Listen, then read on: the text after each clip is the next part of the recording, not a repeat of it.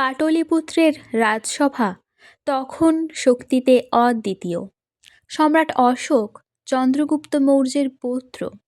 তাঁর সাম্রাজ্য ইতিমধ্যেই উত্তর ভারত থেকে আফগানিস্তান পর্যন্ত বিস্তৃত করেছেন, কিন্তু এখনও একটি অঞ্চল স্বাধীন, কলিঙ্গ, আজকের উড়িষ্যা।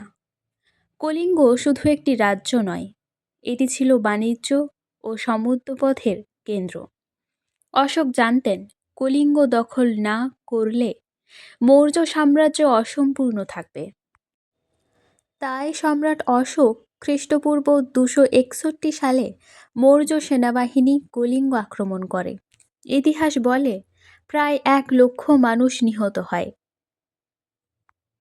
1.5 লক্ষ মানুষ বন্দী হয়, অসংখ্য মানুষ গৃহহীন হয়। দয়া নদীর তীরে যুদ্ধ শেষ হয়, নদীর জল রক্তে লাল হয়ে যায়। যুদ্ধ জেতার পর সম্রাট অশোক যুদ্ধক্ষেত্র পরিদর্শনে যান।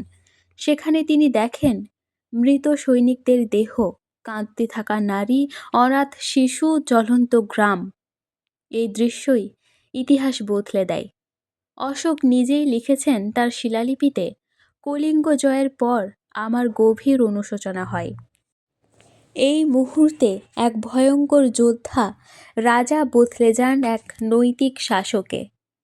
এরপর অশোক বৌদ্ধ ধর্ম গ্রহণ করেন, অহিংসা ও দয়ার নীতি প্রচার করেন, স্তম্ভ ও শিলালিপি স্থাপন করেন, হাসপাতাল, সরাইখানা, কূপ নির্মাণ করেন, বিদেশে ধর্মদূত পাঠান। তিনি ঘোষণা করেন, দিগ্বিজয় নয়, ধর্মবিজয়ী শ্রেষ্ঠ। কলিঙ্গ যুদ্ধই একমাত্র যুদ্ধ যা জিতে একজন রাজা হার মেনে নিয়েছিলেন নিজের কাছে। এই ঘটনা সম্পূর্ণ বাস্তব ইতিহাস এবং ভারতের শাসন ব্যবস্থার মোড় ঘুরিয়ে দিয়েছিল। এই রকম আরও অনেক ভিডিও পেতে চ্যানেলটি ফলো করুন এবং সাবস্ক্রাইব করে একটি লাইক করে দেবেন।